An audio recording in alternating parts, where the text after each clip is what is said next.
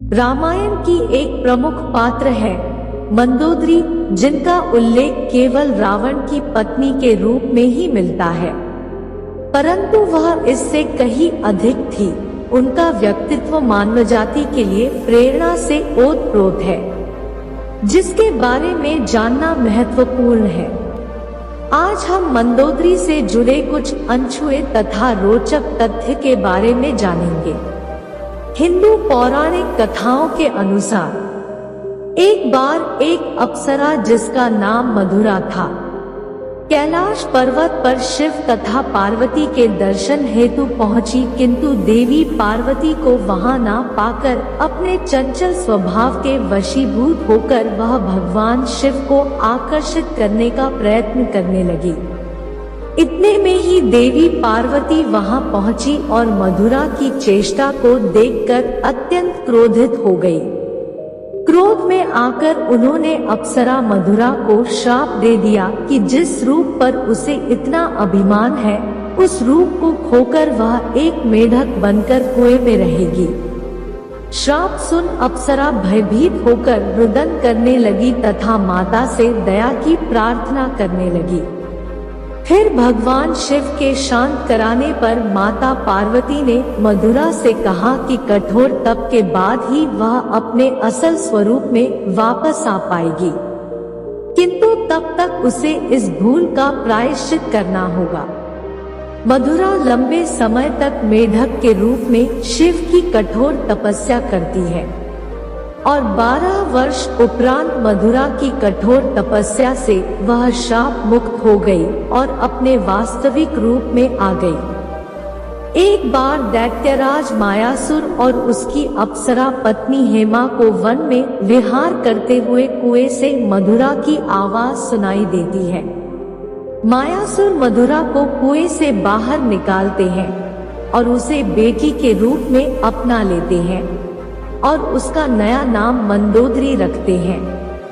एक बार रावण दैत्यराज मायासुर से मिलने आया और वहां उनकी नजर मंदोदरी पर पड़ी। मायासुर की अत्यंत सुंदर पुत्री को देखकर रावण उस पर मंत्रमुग्ध हो गया। रावण ने मंदोदरी से विवाह करने की इच्छा जाहिर की, जिसे मायासुर ने सहर्ष स्वीकार कर लिया। रावण और मंदोदरी के विवाह पश्चात 3 पुत्र हुए, अक्षय कुमार, मेघनाद और अतिकाय।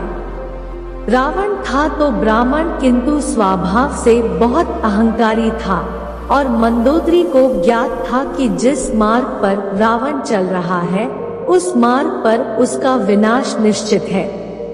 उसने बहुत कोशिश की ताकि रावण सही मार्ग पर चल पड़े। वह हमेशा ही उसे गलत कार्यों से रोकती थी, किंतु रावण उसकी कोई बात नहीं सुनता था। जब रावण सीता का अपहरण कर लाया था, तब भी मंदोदरी ने ही सबसे पहले उसका विरोध किया। मंदोदरी जानती थी सीता जैसी पवित्र स्त्री का अपहरण उसके जीवन के सभी पापों में सबसे बड़ा पाप था। वह मानती थी वह सीता को नहीं बल्कि अपने विनाश को उठा लाया है, किंतु इतना कुछ होते हुए भी उसने कभी उसके लिए अपने सम्मान और प्रेम में कमी नहीं होने दी और सदैव अपना पतिव्रता धर्म निभाया।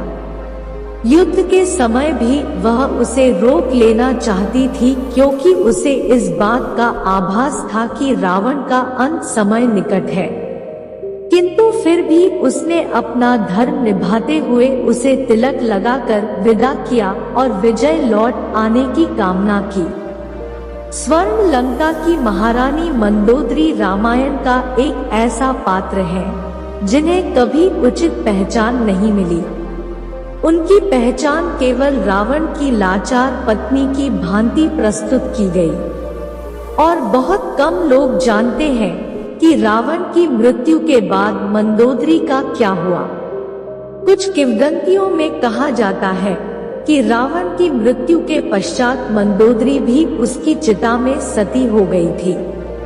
किंतु कुछ किंवदंतियों के अनुसार लंका के कुलगुरु लंका तथा लंका की प्रजा के उत्थान के लिए मंदोदरी को विभीषण से विवाह करके राजपाट संचालित करने का अनुरोध करते हैं। किंतु पति पुत्र के दुख में मंदोदरी खुद को महल में कैद कर लेती है। वे पूरी तरह से बाहरी दुनिया से संपर्क तोड़ लेती है और इस दौरान विभीषण लंका का राजपाट संभालते हैं। कई सालों बाद मंदोदरी फिर से अपने महल से बाहर निकलती है और विभीषण से विवाह करने के लिए तैयार हो जाती है। विवाह के बाद मंदोदरी ने विभीषण के साथ मिलकर लंका के साम्राज्य को सही दिशा में आगे बढ़ाया। कुछ पौराणिक कथाओं के अनुसार शतरंज का आविष्कार रावण की पत्नी मंदोदरी ने सबसे पहले किया था। इस खेल का आविष्कार इस उद्देश्य से किया गया था कि रावण अपना सारा समय युद्ध में व्यतीत न कर सके।